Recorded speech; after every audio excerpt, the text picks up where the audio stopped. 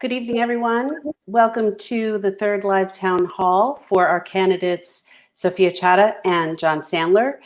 I am glad you're all here. My name, by the way, is Sara Nichols, and I'm the media chair for the Bernards Township Democratic Committee. Tonight, we have a special guest, Freeholder Deputy Director Sara Sooy, and so we're just going to get to it. Hello, everybody. Hi. Hey, how's everybody doing? Good. Welcome, Sara. Thank you. Thanks so much for being here. We really appreciate your time. We know you're busy.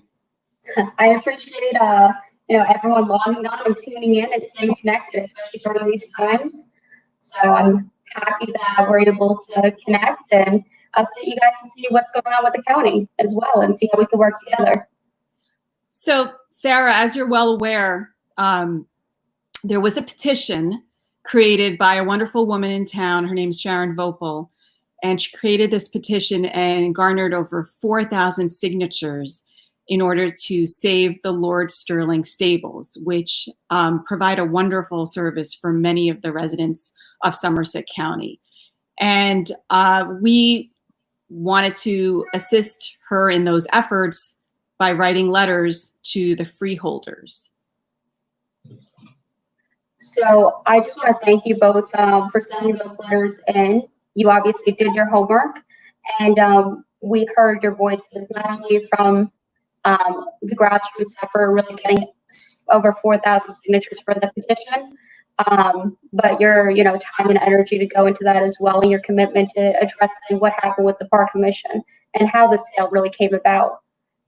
One thing that we did determine from that is that we needed to call for an investigation, and that is the matter that myself as the liaison to the Park Commission, I'm taking very seriously. Since it is a legal matter, I can't go into great detail. But if you tune into what was discussed during that meeting, you will see that there was no formal vote taken by the full Park Commission. And that is really where the people's voices that the Freeholder Board represents to vocalize all the concerns, to really put the people's interests at best heart. So we are looking into that matter. I can't speak into any more detail as to what is going on. I know there's a few questions at a very high level. Can this land be developed real estate wise? This land can never be developed. It will always be open space of some sort. And, that's something that we really want to preserve throughout Somerset County. It's part of our landscape. And I really see that as a gem that we hold dear. And we're going to continue to do that and make sure that we see the value of Lord Sterling Stables and other open space sites as well. Well, I can tell you that we really appreciate the efforts you're making and the freeholders are making and looking into what happened with respect to the stables, because it's a big concern for a lot of people in Bernards Township, especially because the stables are in Bernards Township. So, thank you for listening to our letters and thank you for taking a look at that petition and realizing that this is an important issue.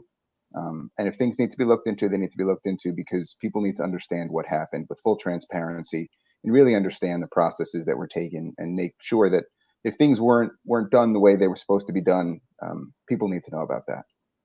Right, and this really is unraveling another component to it as well, and that's really driven by the Finance Committee, which I also serve as liaison for. And the Park Commission was, hemorrhaging about $500,000 from Lord Sterling in itself for many years. So this is a way for us to really be able to look through the operations with a fine-tooth comb, see exactly what's going on, how we can make it better. Just having a background with business and economics and the lending industry, we really want to make sure that we are being good stewards of the taxpayers' dollars. And that's not only reflective through the Park Commission, but in every single aspect that we work on different services. We're not here to make money. This is not, for-profit, our industry. It's to make sure that we improve the quality of life and do so fiscally responsibly. Speaking of being good stewards of the taxpayers' dollars, I heard that you freeholders decreased the budget, or decreased our taxes rather, excuse me, decreased our taxes by about 1% this year. Can you shed some light on that? That's amazing, and it's great that you guys were able to do that. Thank you. It took us quite a few rounds, but we were committed to making sure that, you know, we spent our time, and our teams, they went through, you know, really looking through their budgets with a fine-tooth comb to make sure that we were as lean as possible. But we wanted to make sure that, you know, obviously when Corona hit, whether it was your municipal, county, you know, even on the state level, we wanted to see how this was going to affect us, how this was going to make us relook at our ratables. Small to mid-sized businesses are suffering greatly, and they still are. So how are we going to be proactive to make sure they have the proper resources to be able to thrive? And that's a key function for economic growth, and just to mitigate any type of a dip we might take during these times. And the way I like to see any budget, it's like you would manage it at home. When times are a little tougher, maybe someone loses a job, you know, life happens. And we want to make sure that, you know, we do tighten our belts a little bit and make sure that paying your taxes isn't going to be, you know, a deal maker or breaker to say whether you can keep your home or not. And we technically remained flat. We reduced it, which was an effective slight decrease for what you pay out of your pocket. And that's one of our number one priorities, first and foremost. And just in terms of understanding what an effective 1% decrease actually means, what is the overall budget in Somerset County? Do you know off the top of your head? So it's roughly around 240 million. Right. So 1% is a big number. I mean, that's sort of what I'm getting at. Yes, it's relative to that. But every little bit counts, and it adds up very quickly. Part of, you know, just being able to cut a bit, it's not having, you know, events where we would socialize or couldn't practice social distancing. And one of them being, you know, the 4-H fair, things of that nature. By not having those, we're able to save and, you know, balance everything out. Sara, we had a question from Brooks Betts. Does anyone on this call know the annual Lord Sterling stable budget? Do you happen to know? So I don't know the exact budget off the top of my head, but the area that I primarily focused on was the $500,000 loss for, you know, consecutively for nearly a decade. And that was the area that we paid attention to, because it's not necessarily just the top line for what we bring in, but it's, you know, how that's relative to our operations. Any thoughts on why that went on for so long, why that deficit was there for so many years? You know, it's one of, you know, many areas. If you just keep going as business as usual and you don't necessarily have a fresh set of eyes to come in and relook at how to evaluate this, sometimes it just becomes a process as opposed to a proactive effort. You know, I'm very happy with my freeholder colleagues, and I think that with the new Democratic majority, we're able to bring in a different perspective, and these things that have been going on for so many years are finally coming to light. And, you know, it unfortunately took this sale of horses to do so. But this is something that is very real, and it's clear, you know, based on our financial statements. Excellent. So if I could just change gears for a minute, one of the things that's been on the news a little bit is the name Freeholder. And I saw that the Freeholders, as they're currently known in Somerset County, voted to change the name from Freeholder to County Commissioner. Can you tell us a little bit about that? Sure. So what the name really comes from, Freeholder, you have to own the land free and clear. And at that time, you couldn't be a minority, you couldn't be a female. And that's not really reflective of the Freeholder board today. And what I realized campaigning, going door to door, is that my number one asked question is, what is a freeholder? So it confuses many people. It's not reflective of the work that we do in the the county that we service. We're more commonly known as county commissioners, which is the recommended name in the legislation to change that. And from Somerset County, we have full support throughout all 5 freeholders for that name change. So will that have to be done on a statewide level? So it seems that it's going to be an option for the county to vote upon that. So the state will approve that, that change is an option for the freeholder boards to make. And it's going to be up to, the existing freeholders to change the name. So we have another question from Maureen Lynch. What happened to the horses? As someone who took lessons there, that is a concern. Not enough to know they went back to the dealers who provided them. I would hope for more transparency. Any information that I know it's under investigation and you can't disclose too much, but is there anything that you feel comfortable discussing? So I think, Sophia, you actually answered that, and Jon, both with your letters. So perhaps you can even answer some of those. It's that they make public knowledge. Yes, from what I'm aware of, some of the horses went back to Pond Hill farm in Vermont. Some were sold to people who had, I believe, leased them. I don't know the full details of where all the horses went, and I do know that there are currently some there, from my understanding. And oh, sorry, go ahead, Jon.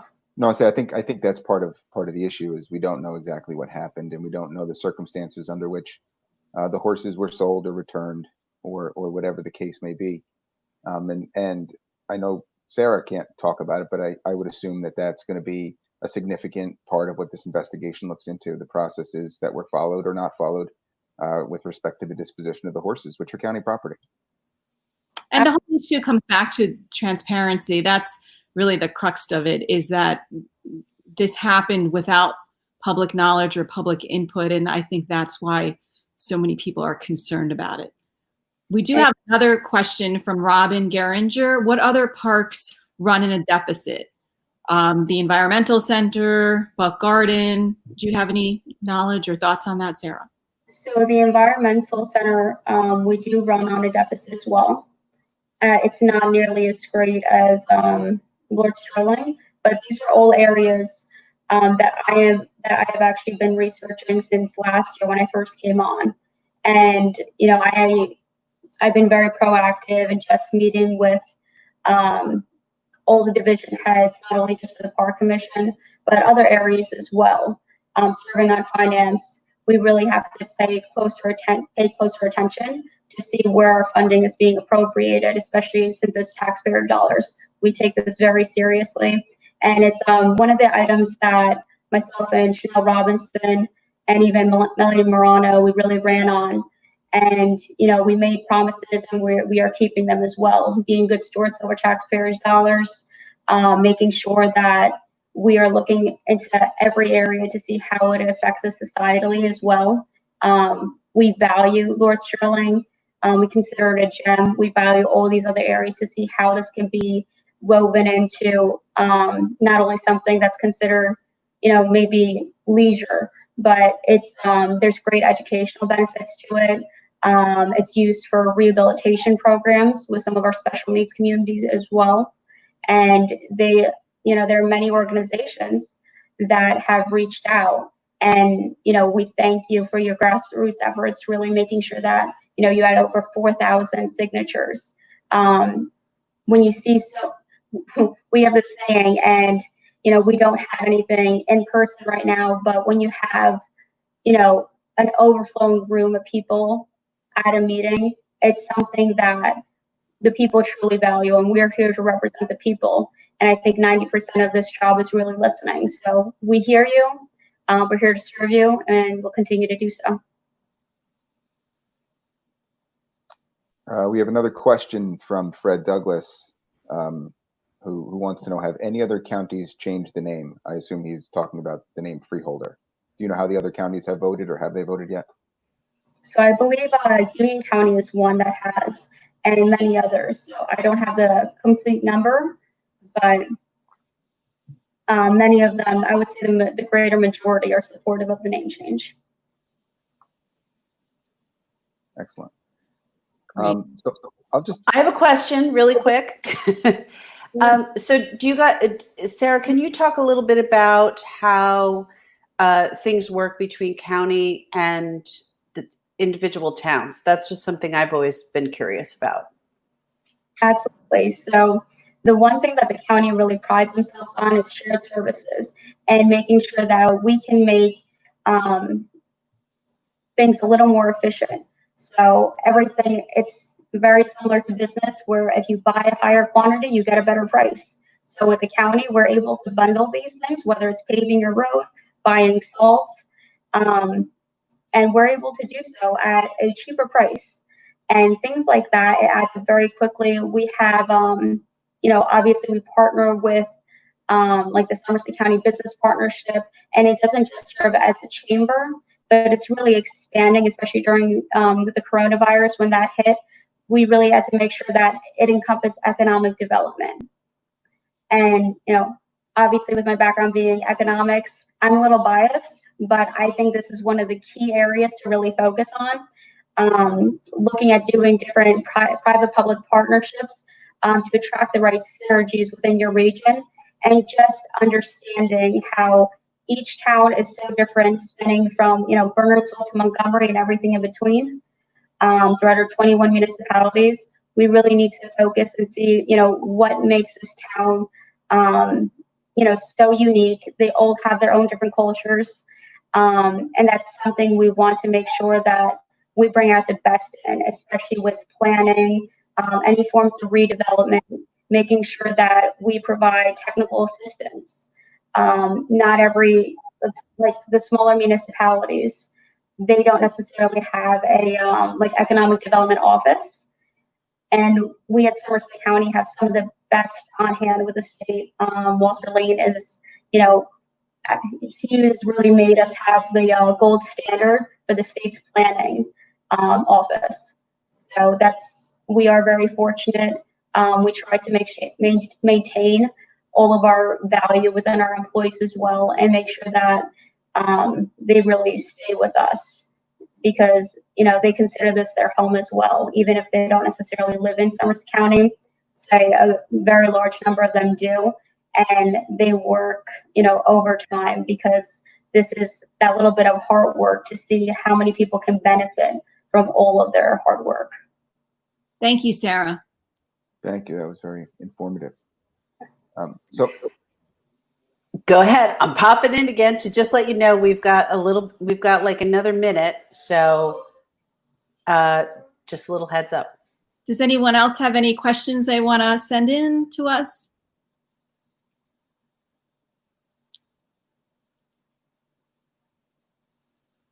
I'll take that as we covered quite a bit. Yeah, I think we covered a lot of ground today, and we certainly appreciate your time. We know you're busy.